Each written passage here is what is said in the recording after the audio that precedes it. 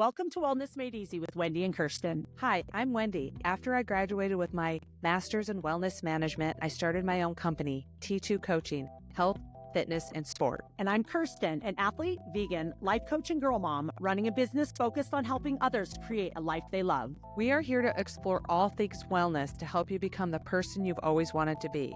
So if that's why you're here, open your ears and your mind as we tackle the world of wellness together.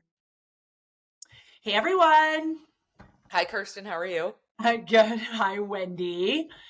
We are excited to be here today. At least I am, because we're talking about something that I've wanted to talk about for a long time, because I get more questions about this than anything else that we ever could talk about, possibly on any podcast ever. So I'd like to hear your take too, Wendy. But first of all, what is your wellness win for the week? I nailed my race. Yay! And it was such a wellness win because, again, it was a race I was peaking for in 2023 before I broke my knee. So it was a 50K, and I had done 2 previous 50Ks, one in November and one in February, but this one meant the most to me. Like, this was my goal event, and I learned so much about nutrition and pacing from my past 50Ks, as well as doing ultras since my first one in 2011. And I, coming from the multi-sport background, I took for granted how different 50Ks are, as well as 50 miles, 100 miles. They're not like any Ironman I've ever done. And I can't do the same pacing or the same nutrition. It's just different. And the aid stations are different. So I feel really good. This was my 3rd one. And I feel solid about my nutrition plan, my pacing plan. I enjoyed it. We had fabulous weather for me. It was like 80s, high 70s, low 80s. And it was just beautiful. And I felt really solid. And there was no time, for the first time ever in an ultra, where I felt like, this sucks. What am I doing here? I want to be done. Ooh, that is great. Yeah. And I even went off course. I added maybe close to a mile to the overall finish. And I didn't care because it was my own fault. Like, the course was managed and flagged, but there were just a few places where I even took the time, and it took me a long time to download the course on my Garmin. So I was super proud of that as well. So when I hit start, the course was already on my watch. So there's no reason I shouldn't have gone off course. But when you're in the woods, sometimes the GPS is a little off. And it was such a small race that even the volunteers just assumed I knew where to go, and I didn't. But that's just me. And I took total responsibility, and I ended up okay. That is awesome. So are you building up to a longer distance race for this year? Well, so I'm in now. I consider this my off season, like the summer going into the hotter months. There's not really many, if any, like many ultras that I want to do anyways. There's some like maybe longer, like 6-hour events, 8-hour events, 12-hour events that I might explore, but it is swim season. It is swim meet season again. So I'm kind of tied to swim meets, and I don't really like to plan many events in the summer because of the swim meet schedule. So I consider my off season, meaning I am training to train. I'm training to maintain a baseline. So when I decide to I'm going to do a triathlon this year because I haven't missed a race in 33 years. When I decide to do the sprint or Olympic, I'll give myself 6 to 8 weeks of specific prep for that race, because I always have the baseline. And then I have some plans for the fall, September, October, November, possibly into December. I want to do at least one more 50K before I decide if I want to do a 50 miler. And I have a couple 50 milers picked out. I'm just not quite sure if that's where I want to go this year. I might wait till next year, or I might not ever do a 50 miler. I might just stick to 50Ks. But my mentality for 50Ks is getting stronger and stronger. So when I hit a marathon during a 50K, I'm like, oh my God, I just ran a marathon. I still have 5 more miles. I'm like, oh, I just ran a marathon. I only have 5 more miles. Right. I get to sprint this last 5 miles. So yeah, I'm really enjoying the distance. It just, again, even some 50Ks I want to do, even this 50 miler in the fall, I already know I have a swim meet that weekend. So it just depends on if I have any kids going. or if I can firmly just tell my kids, I'm not going to be there. No one's signing up. Like Right. I do have a race, a swim meet in June 20th, which is so far in the future in my mind. But I got invited to a training camp to put on some open water swim clinics at a training camp. I'm not missing out on that opportunity. So I've already been telling my parents and my kids, don't sign up for the meet on June 20th. I won't be out of town. Right. I have a question for you. Yeah. If you, let's say you had, because I'm in this situation right now and I'm trying to decide what to do. Let's say you had a bunch of kids that wanted to go to the meet. Mm-hmm. Would you just send them to the meet with, do you have any assistants or like parents or? No. I mean, they can't go to the meet because it's a USA Swimming. They can't go to a meet without their swim coach. Okay. And this particular weekend, we have Lifetime has 2 meets planned. Our Johns Creek, Alpharetta, and probably Sandy Plains location is going to this travel meet in Florida. We just introduced a travel meet last year. And so I would be expected, because I don't have any kids, that really are interested in the travel meet. It might be a qualifying thing too. I would be the coach to go to the local meet. Right. And so I don't have, usually if I have 1 or 2 older kids that want to go, I feel comfortable sending them because they know all the other Lifetime coaches and they're older, they're fine. But I don't really like asking that. I don't really like asking that of my other coaches because, again, I take responsibility for my team. And I've used that. I've already used that before in the last 8 years, and I don't want to use it if I don't have to. Right. So it would just be really just installing now. Kids, don't think about that meet because we're not going. Yeah. I asked because I really want to sign up. There's a new 70.3 that's starting next year in New Mexico. Mm-hmm. And it's like I've never been to this area of New Mexico, but it starts at like 7,000 feet. So it's a higher elevation race. There's lots of climbing on the bike and the run, which I love. I love first year races. I really, really want to do it. And I was hoping, I knew it was coming. I just didn't know when. And I was hoping it would be in May, but it's in July of next year. 2026. So, July 12th. Of 2026. Yeah, of 2026. Oh, God. It's like, God, how do you know if you're going to be coaching next year? Well, I am because I own the swim team. I know, but it happened. I'm not going to like drop the swim team. So what I can request that we have a bye that week, but my request might not be granted. Who grants So I don't know, like, huh? Who grants it? I'm the league. Oh, okay. We're part of a summer swim league. Right. And so I can request we have a bye that week. I can request that we have either a bye or an away meet. So it wouldn't be a home meet because a home meet, it's like so much work. Like I would never be able to do that. So I just don't know what to do if it doesn't get, we can't get a bye, maybe we have an away meet. Do I go and do the race and miss a swim meet as the head coach? I have very competent assistant coaches, but I just don't know like what the parents would think of that. Like our head coach is leaving to go race and leaving us at a swim meet. Well, and let me tell you, I used to think that way. So I would miss out on a lot of opportunities for myself when I wouldn't sign up for something, or even if it wasn't a race related, an opportunity with other aspects of my life. Because when I was a newer head coach, I didn't want to miss out on a youth swim meet in order for me to go race. But then over the years, as I've gotten to know the team, it's my 8th year as a head coach. I know, based on the size of my team, I know my swimmers. I know most of them are gone in the summer, and this is summer. Like I know a lot of them are gone in the summer, and I know the chance of only 1 or 2 signing up is high. I'm not going to have like 10.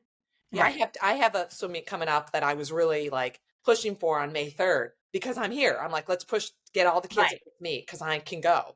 So I've learned my boundaries, and I've learned when I can say I'm gone that weekend, no one sign up. And I've learned, I'm not going to miss out on opportunities that I've had swim meets where I've had just a couple kids signed up and then they back out the day before. Right. And I'm just like, I had this whole weekend plan for prelims and finals, and now I don't have to go. Right. You know, and it's not whether I had anything else planned or not is besides the point. It's disappointing Right. that I've had to rearrange my schedule.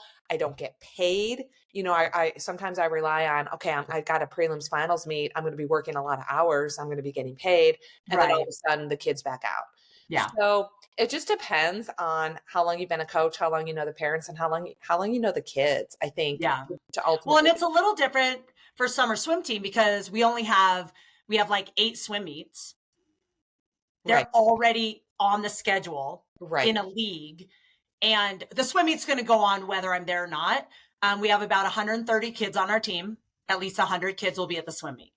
So your summer league is different than your it's totally different. So like in summer league is less experienced swimmers who need all the help. But I have 3 very competent assistant coaches. I feel confident as long as it wasn't a home meet. A home meet, I feel like that it's my responsibility to run a home meet. Right. Even though my parents, my team parents they pretty much run the meet. I just to make sure everything runs smoothly, I would need to be there. So then it's like, do I sign up now? Because the registration just opened. I don't know if it'll fill up. It's a first time race. And a lot of times first time races are really appealing to people. So I don't know, but it's something. So when you'd mentioned that, I was like, oh, I'm dealing with something similar. Well, and there's also like, you know, when I started head coaching, I already had, like, I used to go to Turkey twice a year. So becoming a head coach, I made it very clear I can become the head coach, but I already have these things planned.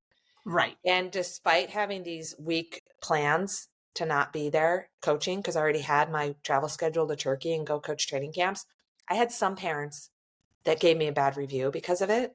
Right. And I'm like, well, I only became the whole coach knowing that it would be okay for me to still travel. Right. You know, and so I was very angry when I got these bad reviews from these parents who didn't like me because I wasn't at the swim meets.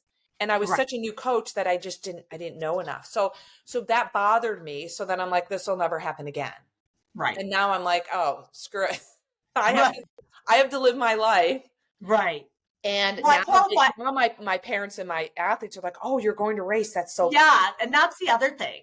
That's like the coolest thing in the world, that we have a coach that still competes. Yeah. So when I coached middle school, that happened where I ended up it was one of the years I qualified for Kona, and it was the same weekend as our varsity championship meet. It's the second weekend in October. It just happened to like fall in line. And when I'd been coaching for years and years, but I didn't qualify until like a few months before. Right. So when I when I was like, okay, I'm renewing me as a coach, blah, blah, blah, I didn't even know. And then when I made it, I was like, but it was cool because I had good assistants. It was varsity, so they know a little bit more of what they're doing. Mm-hmm. And people were really like proud that I was racing at the world championships. Yeah. And that's totally different. Yeah. And since I qualified after I took the job, like I couldn't be like, well, I could quit coaching if you guys want me to. Yeah. I always have But this is a little different because this is my team that I run. Yeah. So it's not like I can quit or else we'd dismantle the team. And I don't want to do that. So I don't know. Just something that when you had mentioned that, I was like, I'm going through this and I'm trying to decide what to do. So what's your wellness win? My wellness win, I've actually had a few, but the one that stands out the most is I noticed last weekend that I felt kind of crappy and sluggish and unfocused. And I always look at what we talk about, sleep, diet, those things. And I'm like, oh crap, I hadn't eaten a fruit or vegetable in 2 days. And it's funny because we're going to go over some of these questions that people had for me because they're like, how did you go 2 days as a vegan without eating fruits and vegetables? What did you eat? I ate like peanut butter and jelly tortilla and a barbecue fake steak sandwich. Like I was eating other things, shakes, bars, whatever. So in the middle of the night when I was laying in bed and I felt crappy, I just got on and I ordered like $120 worth of fruits and vegetables that arrived the next morning. And Monday I had 18 servings of fruits and vegetables. Tuesday and Wednesday, I had 10 servings of fruits and vegetables. And I feel Amazing. So this always happens to me every single time. I add fruits and vegetables into my diet in excess. I feel amazing. So it was just a simple reminder to myself and to all of you guys that when Wendy and I talk about, if you're feeling really crappy mentally, physically, or emotionally, check your sleep, check your nutrition, check your water, check these basics first before you start going crazy with some other complicated scenarios and situations. And yeah. I mean, and that's the first thing as a coach I ask athletes if they're having a bad training day or if they can't hit a certain pace or heart rate or power, or they mention that they're feeling sluggish or tired. First thing I ask is, how do you rate your sleep? How do you rate your nutrition? How's your fueling before, during, and after? How's your day-to-day nutrition? And I let them, it's usually a rating because that makes sense to me if they can rate something on a scale of 0 to 10, and then it prompts me to ask other questions, like, when's the last time you got a blood test? Maybe you're low on vitamin D, iron, calcium, whatever. Maybe you're low on something that's causing you to feel extra sluggish, especially if it's for a long period of time. Why is your sleep good? Or, how do you rate your sleep? Not good or bad. Good or bad is subjective. How do you rate your sleep? And is it, oh, I didn't sleep that well. Okay. Is your mind keeping you awake? Are you staying up late because you have X, Y, and Z to do? What's causing you not to get the quality sleep that you've gotten in the past? And because again, sleep and nutrition are such a huge component of everything wellness. Yeah. So I'm and I've been crushing my whole week of training. I'm 2.5 weeks out from my race, and it's just good times. Mm-hmm. So we, this week on our podcast, are going to talk about being vegan / plant-based. We'll kind of go over what the difference is, because that's question people ask. They ask, what's the difference between a vegetarian and a vegan, a pescatarian, a bunch of different things, just kind of with the wording and what that all means. We're also going to share kind of our personal stories, because mine and Wendy's reason for being vegan is different. We have a lot of similar things we care about, in which veganism helps. But our reasons are different and our lifestyles are a little bit different. So we wanted to discuss that and then go over the questions that, like I said in the intro, is I get more questions about being vegan than anything else. And it's mostly about being a vegan athlete. Like, how can I maintain my calories? How do I get enough protein? Questions like that. So we are going to talk about those as well. And then if you are interested in eating more plant-based, we're going to talk about the benefits for us, how to start, where to start, how to make it easy for you, baby steps, like we always talk about in everything, and how it pertains to your overall wellness. So Wendy, do you want to just talk a little bit about your story and what got you eating plant-based? Well, in 2008, when I was approaching the Ironman World Championships in Kona, I wanted to lose, who doesn't, the extra 5 pounds that we all strive to lose. And I knew the reason I had a little bit of chub around me was because I was eating a lot more pastries, cupcakes, sugary snacks, Starbucks stuff, more than I needed to, so there's always a reason why we weigh a certain amount, body weight. And so about 12 weeks out from my race, I decided, in order for me to eliminate the junk food from my diet, I going to go vegan, because the thing that was keeping me from being vegan was just cheese. I've never been a big meat eater, but I did eat chicken and fish because I thought I had to. I've never been a big dairy person, even as a kid. So in order for me to not buy a pastry at Starbucks, for myself, I just had to say, okay, I'm vegan. I can't do it. And I stopped buying feta cheese, and I stopped buying Greek yogurt, and stopped eating these high calorie foods. And the weight just melted off my body. It wasn't hard at all. And so I did my race. I had the best race of my life. I won the Ironman World Championships as an amateur, and I felt strong and healthy, and I felt great. And then during the 12 weeks after that race, I kind of got bored because I was never a big cook. And I kind of got bored of what I was eating. So I actually went in the opposite direction after that. And I remember this. It I was, read the you ate a bunch paleo of diet. burgers. Yeah, I read Aren't the you eating paleo like diet for burgers all athletes, the and I time? Yeah. started eating red meat. And I hadn't had red meat in over 20 years. So I was a vegetarian, I didn't eat red meat. So I started eating red meat. My first red meat was bison burger, and it was delicious. And I did that for about 5 or 6 months. And then I'm like, okay, like mentally, I'm like, oh, I have all this iron in my body because I've usually been low iron my whole life. And then all of a sudden, the mental thing, I switched. I'm like, this is disgusting. I don't want to eat animals anymore. And I cut out meat. So again, I cut out all animal products, except I was still eating feta cheese and Greek yogurt. And then I said, well, just stop buying it. So I stopped buying it. And then bam, I was vegan again. And then I was vegan. I think so. I'm going on to like really full on vegan was 2010 maybe. Because I did the Ironman. So in 2009, I was eating red meat. And then 2010 or around 2011, I was able to cut out all animal products.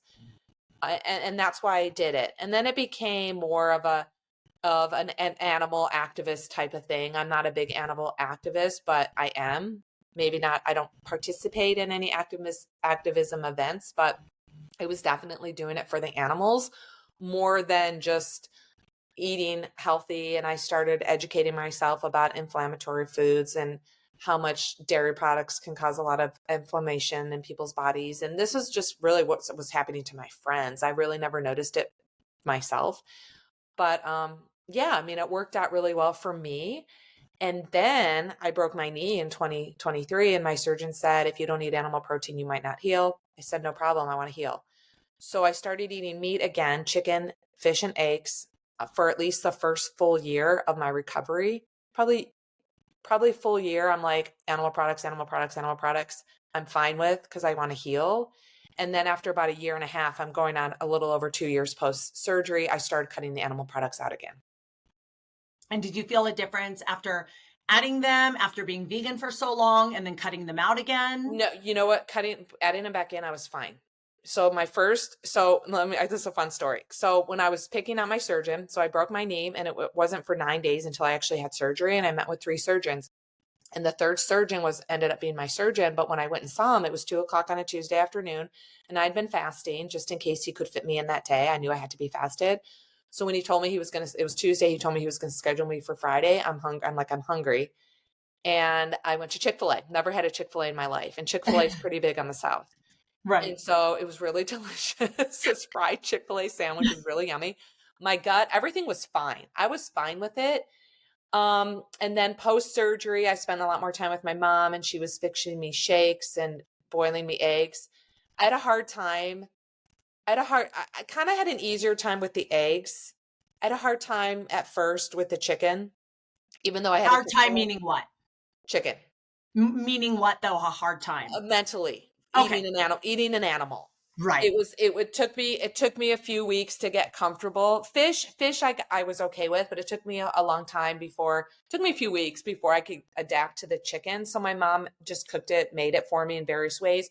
I used to eat a lot of potato chip chicken when I was younger. So I asked my mom, I go, can you make me potato chip chicken? And it was really good. So, again, I had a strong why. Mentally, I'm like, this is helping me heal. This is helping me heal. Because I still had lost a lot of muscle mass, and my right leg ended up being 2 inches smaller than my left leg. So the animal protein was just trying to maintain my muscle mass, because when you don't have weight bearing activity, you lose muscle mass pretty quickly. And so I just kept reminding myself the reason I was doing it. But ultimately, I didn't feel different. When I had my blood work done a year post surgery, my iron levels were so high. I really liked that, to have my ferritin as high as it was, because it was so low previously. But then again, the switch hit in my mind about a year and a half post-op, and I'm like, it was already starting to switch a year post-op because I was recovering. I was still recovering, but the muscle was coming on, the stability. I was running again. I was feeling good again.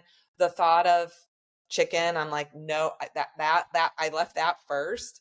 and I still kept a little bit of egg and a little bit of fish, and then the fish went out.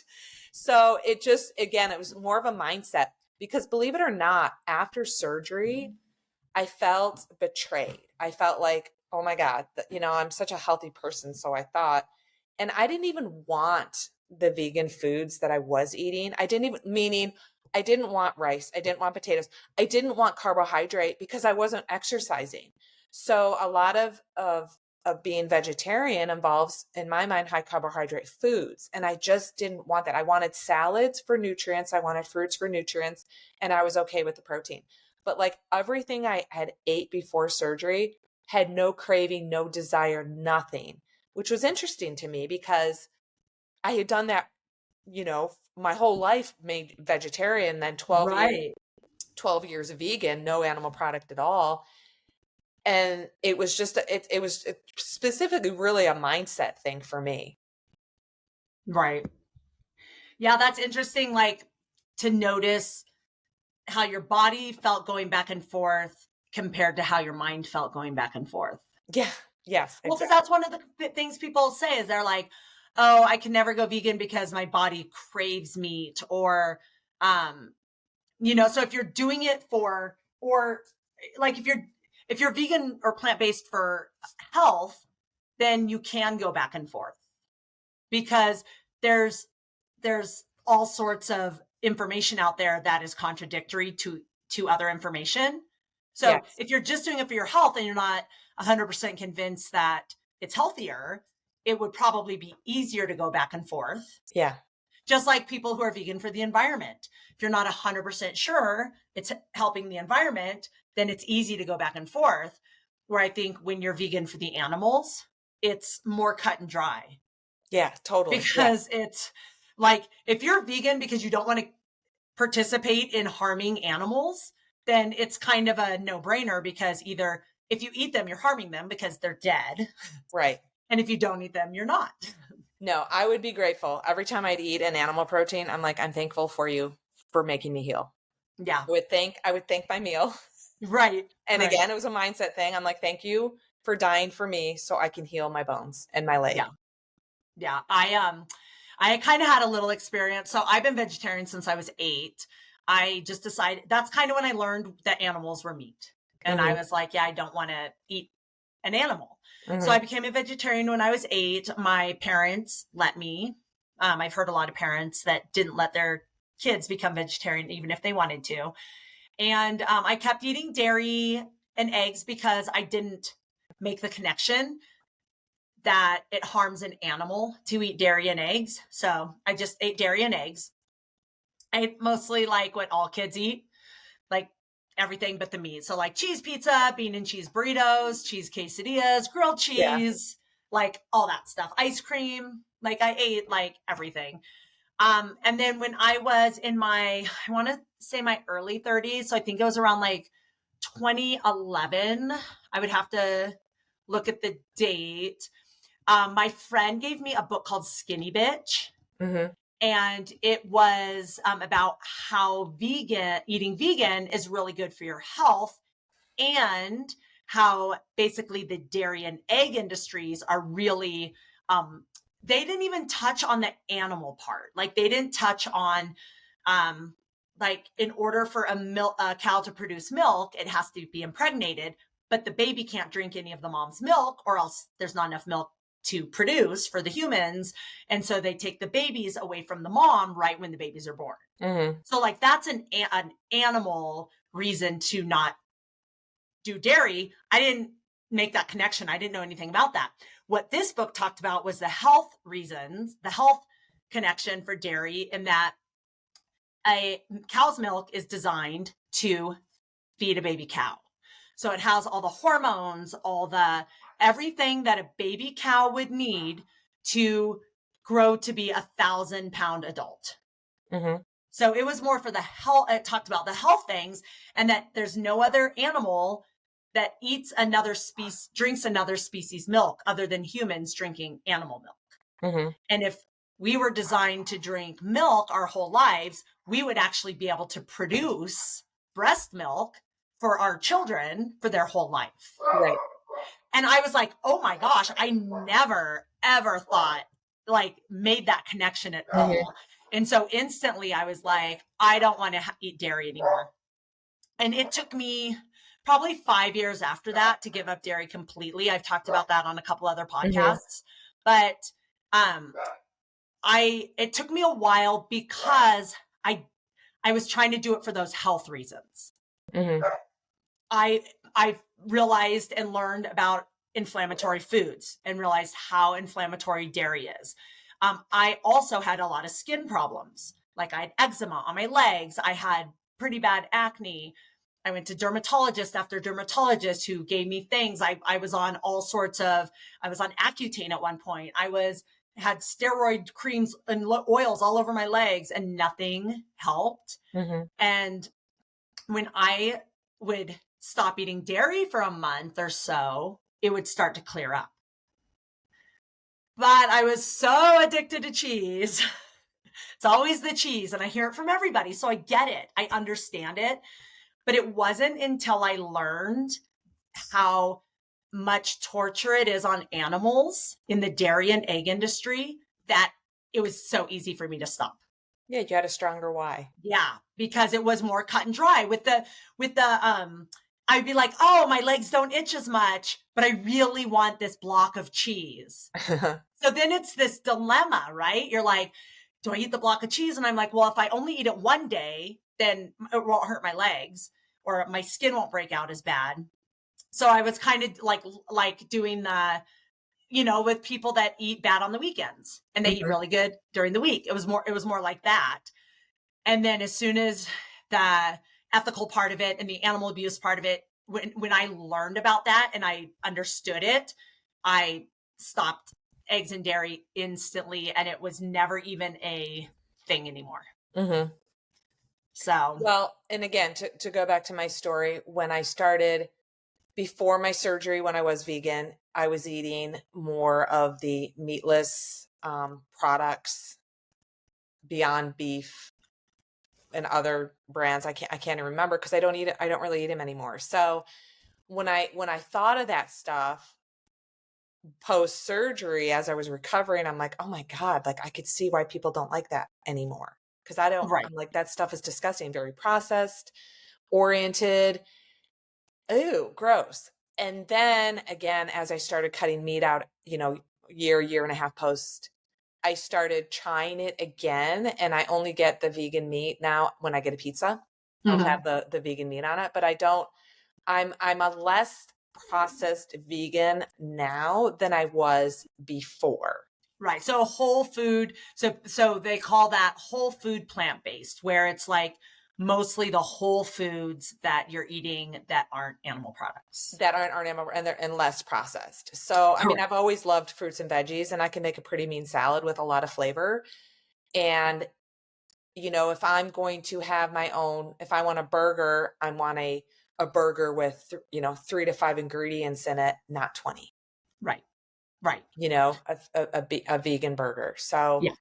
I have, this, I like field roast products. Right. They're big... Have you tried meaty, MEATI? No, I've never heard of it. So it's mushroom. It's made out of mushrooms. So it's like steaks, chickens, all that. They're patties. They're made from mushrooms. Nice. I'll check them out. They're really like chewy, like meat, like almost creepy. If you don't eat meat, you're like, why is this so like chewy? Well, and again, just because I'm vegan doesn't mean I like all vegan products. Like, one thing I had going on is some people will tell me, well, here, this is vegan. I'm like, okay, doesn't mean I want it. Doesn't mean I like it. Right. Here's a piece of meat. Just because you eat meat, here, eat this meat. It's just a weird, again, a mentality that people have. Right. So if you're wondering kind of what all the different lingo is, so most people who call themselves vegan in general is more of like a lifestyle. So not necessarily just a way of eating.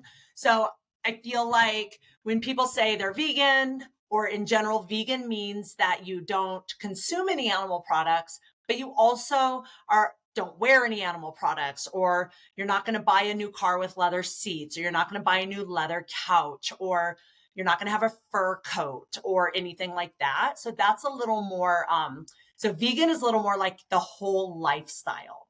A lot of vegans don't eat honey. A lot of vegans don't buy like Burt's Bees lip balm, like, because that has honey in it, or, you know, so it's more like a lifestyle, and you're just cognizant of all the products.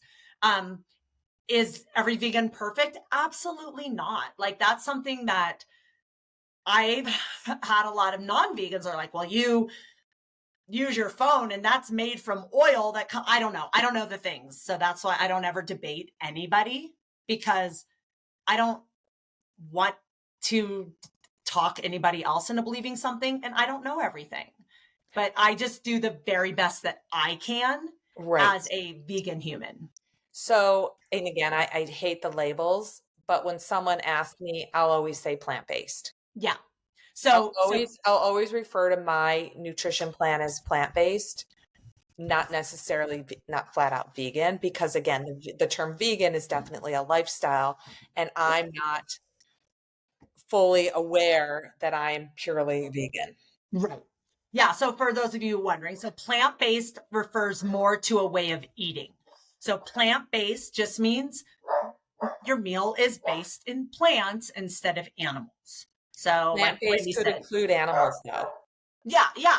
Some people are like plant-based. They still eat some animal products, but they're the majority of their meals are made from plants. Right. And so I like to also, you know, more than anything, just say I eat whole foods. Right. You know, I'm a plant-based athlete, and I could say I'm vegan, but I don't. I just say I'm a plant-based athlete because I don't know if I'm strictly 100% lifestyle vegan. And that's okay with me. You know, I just like to really install the whole food nutrition, you know, whole grains over white, you know, whole grain rice over white rice, whole grain pasta over white pasta, just more of the whole grain stuff. My plate is predominantly fruits and veggies dominant more than any other of the macronutrient types. Keep talking.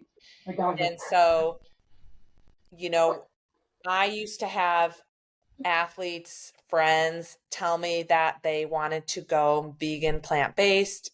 They probably didn't understand the terminology. And then they would try it, and then they felt like they were not getting enough fuel in their body.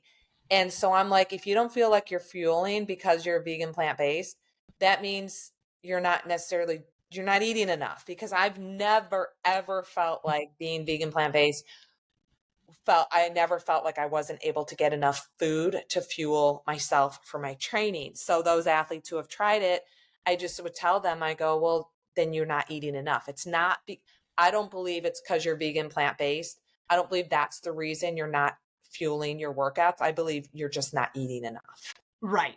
It's funny. I do some animal rights activism, and I was with the group that I do it with last weekend, and I told them we were going to do this podcast. And, you know, a lot of the things that people say, same thing, like, how do you get enough food? How do you get enough calories to fuel your training? And I was talking to my group about this, and we all kind of laughed, because if there's 10 of us, probably 8 out of the 10 could stand to lose a little weight. Mm-hmm.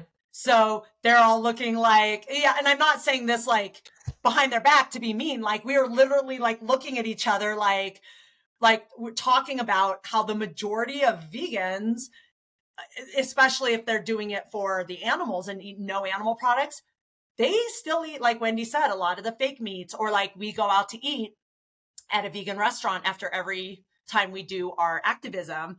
And, you know, we're eating like huge meals that's all vegan, that are probably like 2,000 calories for the meal. Like, it's a restaurant meal. Right. And you can be vegan and eat a lot of processed food. Yeah. There's a whole term for it called junk food vegan. Yeah. And it's somebody that they don't care about their health. I mean, they might care a little bit, but not as much as they care about the animals. Yeah. So as long as they don't eat any animal products, they can eat a pint of So Delicious cashew milk ice cream for dessert, because there's no animal products in there. but it's 1,200 calories. It's a high sugar product. Right. So it's not necessarily healthy. Right. So the other verbiage I wanted to mention, just because I get this a lot, is what's the difference between vegetarian and vegan? And vegetarian is what like I was growing up and what Wendy was at first. You just don't eat meat. And you might also not eat some animal products that come directly from meat. Like when I was a kid, I didn't eat gelatin. So I didn't eat marshmallows or Lucky Charms or anything with gelatin because gelatin comes directly from an animal. Mm-hmm. But it's not all animal products. It's just meat products. Mm-hmm. So that's vegetarian. Then there's pescatarian, where you just eat fish as your only animal. So that's a form too that people kind of group all together with this vegetarian, pescatarian, vegan, plant-based kind of mashup. Mm-hmm. So there's something, I don't know the exact terminology because I didn't look it up, but there's eating plant-based, but you do milk and dairy. Octo-vegetarian. Oh, octolovo vegetarian. Yeah. Yeah. So that's you eat, that's pretty much what I was growing up. Yeah. Ovo-lacto, that's what it is. Ovo-lacto vegetarian. Where I still ate milk and eggs, but I just didn't eat any other animal Mm-hmm. products. So that's what I was growing up. But when I was growing up, I didn't know anyone who was a vegetarian, anyone who was vegan. I basically ate peanut butter and jelly sandwiches and bean burritos every single day for my whole life. I turned out okay. So I have two big ones. Did you get any questions? Is there anything you get asked a lot other than the calories thing? So let's go back, because we kind of like glazed over the calorie thing and kind of like laughed because there are a lot of overweight vegans. And so we're just kind of pointing that out. But I wanted to mention, and then Wendy, you can come up with some suggestions. If you are wanting to eat plant-based and you are wanting or vegan, and you feel like you aren't getting enough calories, I have 3 really, really easy ways to add calories to your meal.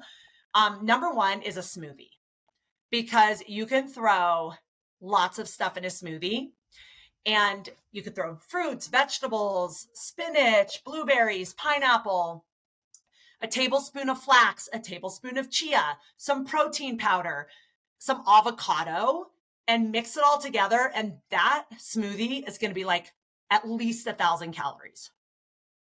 If you put in everything I just mentioned, like if you put in a half an avocado, and that's good fat, calorically dense, throw in nuts. I had a smoothie yesterday. I threw in a handful of peanuts. Mm-hmm. That handful of peanuts was like 300 calories. I just added to my smoothie. Mm-hmm. So it's like, to me, that's a really easy way. If you're trying to get more calories, that's fairly healthy. So like all those fruit, throw in a banana, there's an extra 200 calories, a large banana. Mm-hmm. So I feel like a smoothie is a super simple way to get more calories.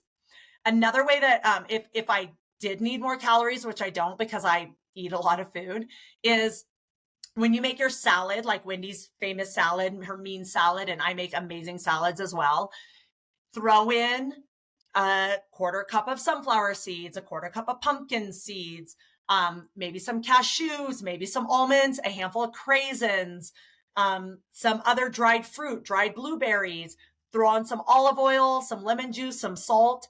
That just added like 800 calories to your salad. Right. So a salad it doesn't have to be salads, whatever you make it, but it doesn't have to be, or an avocado on your salad. Yeah, it doesn't have to just be lettuce. It's not just lettuce. Right. So that's an easy way that's very healthy, because all the things I just mentioned for the smoothie and the salad is very, very healthy added calories. They're calorically dense. Dried nuts and dried fruit, super dense, great nutrition, lots of calories, an easy additive to anything, just a handful, like trail mix.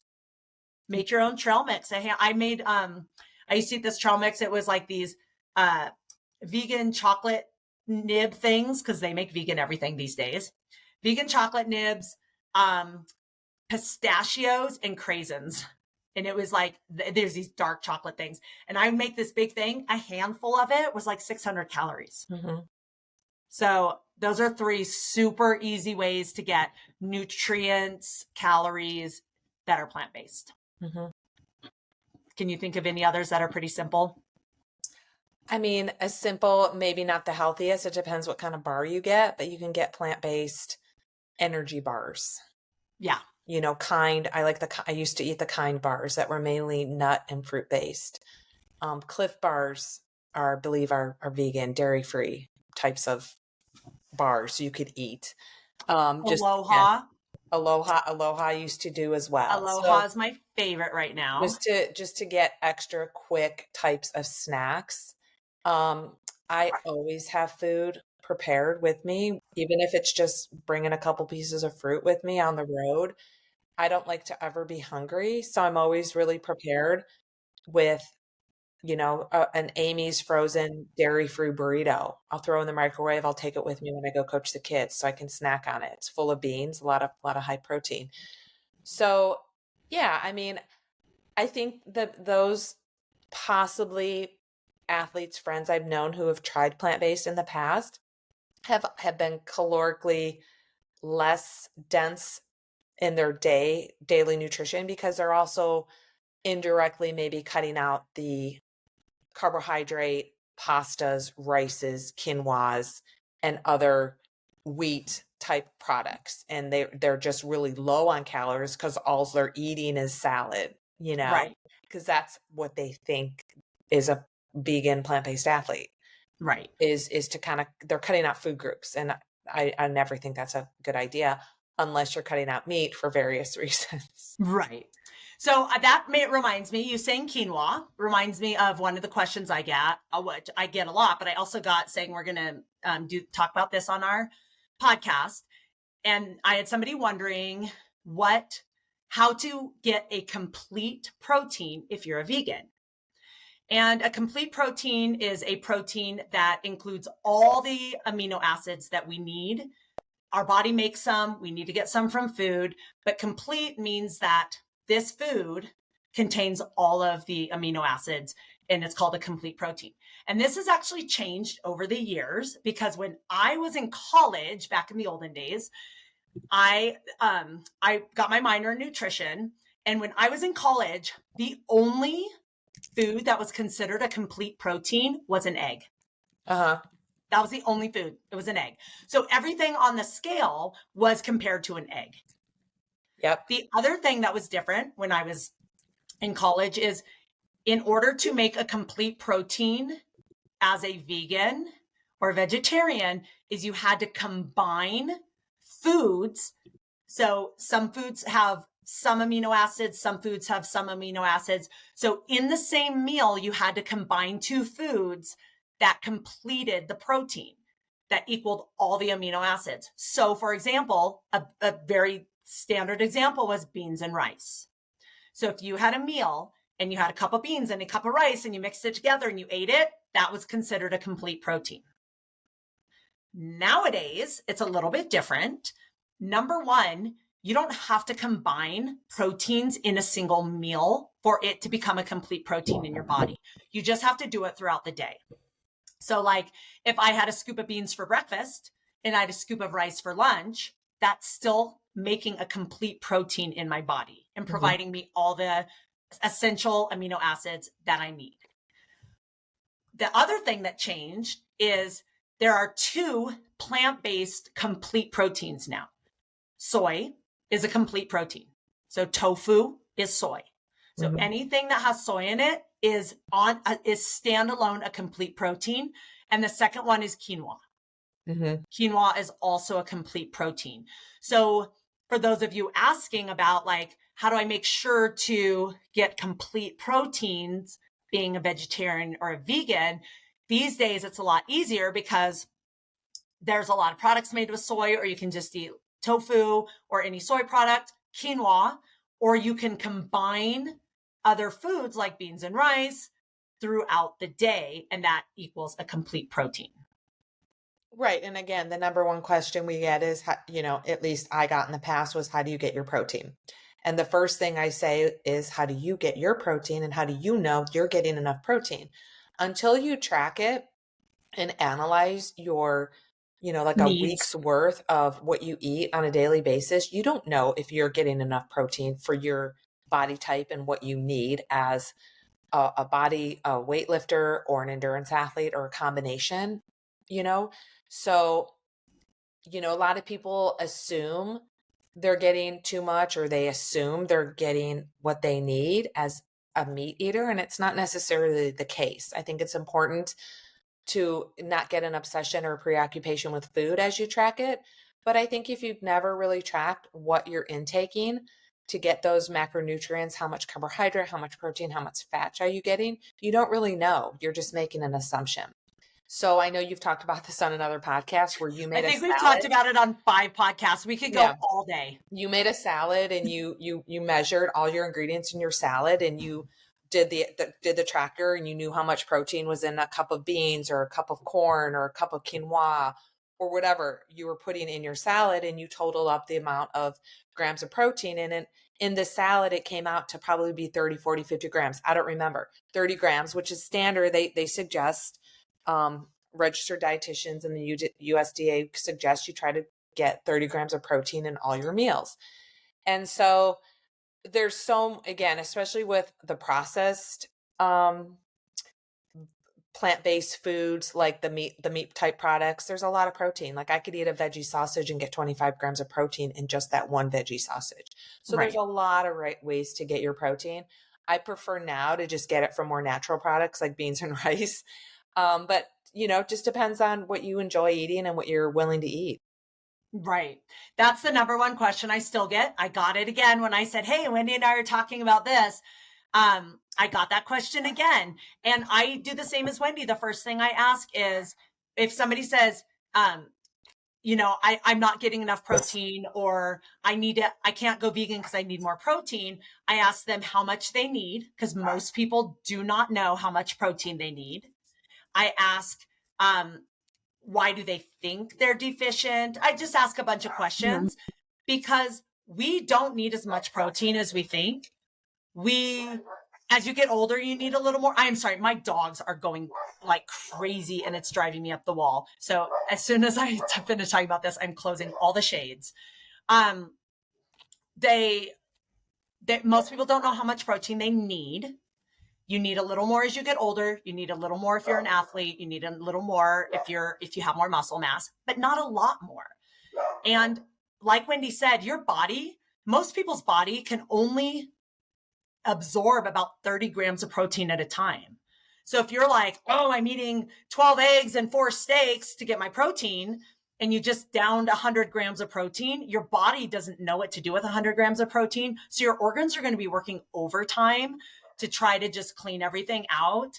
And it's actually pretty detrimental. That's why a lot of those high protein diets aren't as healthy, because your body can't take in that much protein at once. So you need to know how much protein you need before you can say if you're high or low in protein. And like Wendy said, you need to know how much protein you are taking in before you can see, do I need more? Do I need less protein? The question people ask me, they go, do you eat a lot of beans? That's the first question people ask me. I used to never eat beans. I don't eat beans. I literally eat beans. I started vegan. Really? I never ate beans at all. Yeah. I rarely, I'll eat Mexican food. Like I'll go to Chipotle or Taco Bell or something like once every few weeks. Mm-hmm. And then I make chili like once a month, once every 2 months. That's it for beans. And the only reason I make the chili is I get a bunch of, I go to this food bank and they always give me lots of beans and tomatoes and garlic and onions. And I'm like, guess I'll make chili. Right. And I never used to like beans. I like beans now. And I do make my own soups, and I'll sometimes, just get a can of beans and throw it on a salad. But back when I started, I just didn't like beans. I'm like, no, why would I get my protein from other sources? Right. And you guys, if you're wanting, so we should probably move along a little bit. Some simple tips, because I do have a couple people. Somebody just messaged me. I have to read this message because it warmed my heart. This is a somebody I dated a really, really long time ago, like way before I was married. And I'm not going to say his name because he put, "Hey, I don't post publicly," was how he started. But I just got this today. It said, "Hey, I don't post publicly, but I wanted to let you know you have helped inspire me on my vegan quest. My style is being vegan the hard way. I cook everything from scratch and I'm living out of my van half the time. I do feel great though. I also feel better about my health, the environment, and of course the animals." This is somebody I've not talked to or heard from since before college. Wow. And this is a Facebook message. And I just got it this morning, or I got it yesterday. It was Wednesday. Today's Thursday. It almost brought a tear to my eye. It like warmed my heart because I'm vegan for the animals. So if I can inspire somebody to eat less meat, I love, love, love that. So Wendy, for our friends and athletes and listeners out there who are like, you know what, I think I do want to eat a little more plant-based, but I don't even know where to start. What would you say 3 super simple tips? Well, back in the day when Facebook started to implode and get really popular, you and I would both do Facebook groups, and part of my Facebook group challenges was to go meatless Mondays. And so that's actually a thing, #meatless Monday. Mm-hmm. And it's just a simple way, maybe commit to 1 day a week where you eat meatless. And that can involve cooking. I'm not a big cook. It can involve cooking. And if you're not a cook like me, do a challenge where you spent 30 minutes a day preparing a meal. 30 minutes to prepare, cook, and clean up. 30 minutes or less, because that's the part I don't like about it. Cooking is the cleanup part. So you can get really creative. So many recipes. There's so many vegan cookbooks out. Something I like to also do is say I have XY ingredients in my cabinet or in my fridge. I have a can of beans. I have a can of tomatoes. I have some lettuce. I have some corn. Whatever I have, and then I'll Google recipe. What can I make with these 4 ingredients that's going to add some flavor and add some texture and be satisfying? So again, there's just unlimited recipes. You just have to, what do you like to eat? So if you're someone who likes to eat meals with carrots in them, Google a vegan recipe with carrots, a vegan recipe with beans, a vegan recipe with artichoke hearts, a vegan recipe with beets. Whatever types of foods, plant-based foods you like, you can find a recipe for. And that makes it a little bit easier when you do have the recipe, instead of just throwing stuff together that you don't know if that combination will work. Right. So I will talk to all the people who don't cook at all. And when they wouldn't even look up a recipe because that seems like way too much work, because that's me. I have an Instagram called Throw Together Vegan because that's literally my entire existence is throwing food together. And if I spend 10 minutes cooking a meal, people are like, "Holy cow, you cooked." And I'm like, "Oh, I'm such a chef." So here are my super simple tips. Number 1, if you go out to eat a lot, whether it's at a restaurant or fast food for lunch or anything, before you go out to eat, go to Google PETA, PETA. It's People for the Ethical Treatment of Animals. And they have a restaurant guide, and it has thousands of restaurants on it. And it has all the fast food chains. It has tons and tons of restaurant chains and even some other restaurants that are popular restaurants. And it tells you exactly what's vegan there. So if you're like, "Oh, I'm going to Panda Express for lunch. It's my favorite place to go." Go to PETA. You could just put "what can I eat vegan at Panda Express?" And it'll pull up PETA's website, and it'll say Panda Express has, some of them have the vegan orange chicken. Some have the eggplant, the tofu and eggplant, teriyaki. I don't know all the things they have, but all you do is look to see what's vegan there and order it. And see what, you might love it. You might hate it, but you'll never know unless you try it. And it's super simple if you're going out to eat anyway. So at Taco Bell. Great. I didn't know that. Taco Bell, just so you guys know, if you eat at Taco Bell or Del Taco, because those are my fast food places I go to, bean burrito, minus cheese, add rice. The rice is kind of a filler, so it makes it not so like runny. Like if it was just beans and sauce, because beans at those restaurants or those places are kind of runny. And then it also makes it feel almost like you're eating cheese because there's a little different texture in there other than just the beans and sauce. So beans, sauce, and rice on a tortilla. I'm not saying it's healthy, but if you're traveling, there's a Taco Bell or a Del Taco anywhere on the road. It's really simple way to eat a vegan meal. And then the other thing, another one that is very, very simple to me is if you drink a protein shake, look to see what's in it. If it's made with a whey protein, whey is dairy. It's dairy derived. If it says grass-fed whey, it still comes from a cow. Casein. What was that? Casein. Yep. Casein is also dairy. Find a shake that says plant-based or vegan, pea protein, quinoa protein. They probably have like Rice 20 protein. different. Which one? Rice protein. Rice protein. They probably have there's so many different. So just replace your dairy-based shake in the morning with a plant-based shake. That's a super easy way to get that dairy out of your body, stop that inflammation, and switch to something vegan. That's just one thing a day, a shake. Another thing is challenge yourself. Instead of going to buy a certain cheese, go to the plant-based section of the grocery store and try vegan cheese. I know we both like the Chow cheese. Mm-hmm. That is, and Violife. I like Violife. Yeah, Violife is one of my favorites for cream cheese, sour cream. It's really good. So just try a plant-based cheese. They're not all good. I don't like Dia, but I started with Dia before the other ones came out. Because that was all there was. Because that's all there was. Also field roast sausage. If you get the apple sage sausage, there's again like 5 ingredients, includes apples, sage, and potatoes. I know are 3 of the ingredients. Right.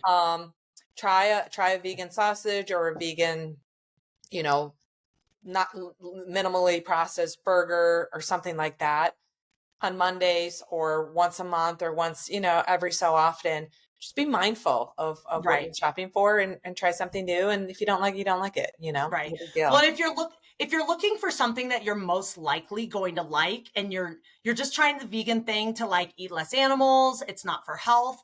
If you go to a vegan restaurant, which a lot of times people are like, I didn't even know they had those. If you Google like vegan restaurants near me or restaurants that have a lot of vegan options, restaurants make a point of making things really tasty. Yeah. They have added salt, added oils, added sugar. But if you're looking for just something that tastes really good, because that's what my daughter's dad, he wasn't vegan when I met him. And when we would go to restaurants, he was like, we'd go to like Native Foods and he'd get the meatball sub. And he was like, holy cow, this is so good. So that was really helpful to him as a meat eater to eat something that was really delicious. Whereas the things I cooked in the house, they're things I like. They're things I throw together and that I like, but not necessarily like they're not delicious to everybody. And so if you're looking for like some good experiences, go to a restaurant because they're chefs. They'll make it really good. Vegan restaurants are amazing. Yes. And there's more and more these days, There are. When we were vegan, when we started, again, going back to 2011, 14 years ago, there wasn't that much information out there. And there wasn't that many recipes. And, I started following the plant-based dietitian on Facebook and another, vegan athletes and just trying to get ideas. But again, I like simple foods. I don't like sauces. I don't like to put a lot of product on my foods. I like to eat a carrot. I like to eat a piece of celery. Right. I don't need all the dressings on it for it to taste good and it to satisfy me. So we're all a little bit different. Right. But again, it's just you making your 30-day commitment for the next 30 days. I'm going to eat meatless Monday, or the next 30 days, I'm going to try different vegan cheeses or different vegan meats. Right. And then my final one, I just wanted to add that this is when I do vegan coaching for people. We just do one meal at a time. So to me, breakfast is really easy because unless you're eating like eggs and bacon every day, breakfast is typically pretty easy to make vegan or to start to veganize because people are eating like oatmeal maybe, or like a protein shake or something. So you can make easy switches, but just take it one meal at a time, or start with your snacks, or start until you get. So like if you're wanting to become fully plant-based, maybe start with breakfast. Find 3 vegan breakfasts that you like, alternate those, or one, and just keep eating that one until you're ready for a new one. And once you're in the habit and it's easy and you found something delicious that you love, then maybe move to lunch, or maybe move to a snack, and not change anything else while you're making these changes, just to really simplify it for yourself. Yeah, that's a great tip. Yeah. Well, we are going long, but I wanted to find out, I'm going to skip my listener question because mine were all about being vegan. Yeah, let's skip listener questions. We've answered a lot. Yes, we have. What are you most excited for the week? I have another race coming up. It's just going to be a 5K, not a 50K. It's in the mountains again. And then, again, just kind of reorganizing my schedule to get ready for the swim meets that I'm about to encounter most weekends over the next 2 months. Right. So again, like this is my off season, meaning I'm not racing as much. I'm doing a lot just of training just because I love to train, but not specific to anything. Kind of really a little bit of getting my speed back. So shorter events, shorter training sessions, more intervals, more faster pace efforts. I have all this strength and endurance. So let's see what it turns out speed wise. And yeah, that's it. Yeah, I am super excited because I'm starting my taper for my race that's in 2.5 weeks. And I've done the last few days, I've done a handful of really harder, longer efforts that have felt amazing and that I've hit all my milestones. So I'm really excited to taper to kind of like what Wendy talked about too, because during my taper, I have a 5K I signed up for. I have a 5-mile run, and seeing how fast, because I feel fast even on really tired legs. So to kind of see like, it's weird. Like 2 months ago, if you would have asked me, I would have been like, oh my gosh, I'm nowhere near ready. Like everything's so slow. All my time trials are slow. This is blah, blah, blah, blah, blah. And then all of a sudden you just trust the training, because here we are 2.5 weeks out from my race, and I already feel like I'm going to. I feel like you just started training for St. George, and now you have paper. I know. This because this is like our 18th episode or something. 19th maybe. Yes, 18. I know, we're number 19. I know, we're moving right along. All right, you guys. Well, if you have any questions, if you have more questions about being vegan, plant-based, please let us know, because Wendy and I, obviously, we just spent an hour talking about nothing but vegan. We're very passionate about it, and we're both very knowledgeable in the way that we both are passionate about it for ourselves and for helping others become plant-based or vegan. But also we're both very, like Wendy said, meatless Monday, 1 day a week. Like I said, 1 meal a week. If you're eating meat all the other days, all the other meals, that's okay. We're not going to judge you for it. You shouldn't judge yourself for it. It's baby steps, like everything we talk about. It's progressive. If it's something you want to work toward, we will help you work toward it. Yes. Yay. Well, thank you guys for being here. Thank you. Have a great day. See you guys next week. Make Bye. it a great day.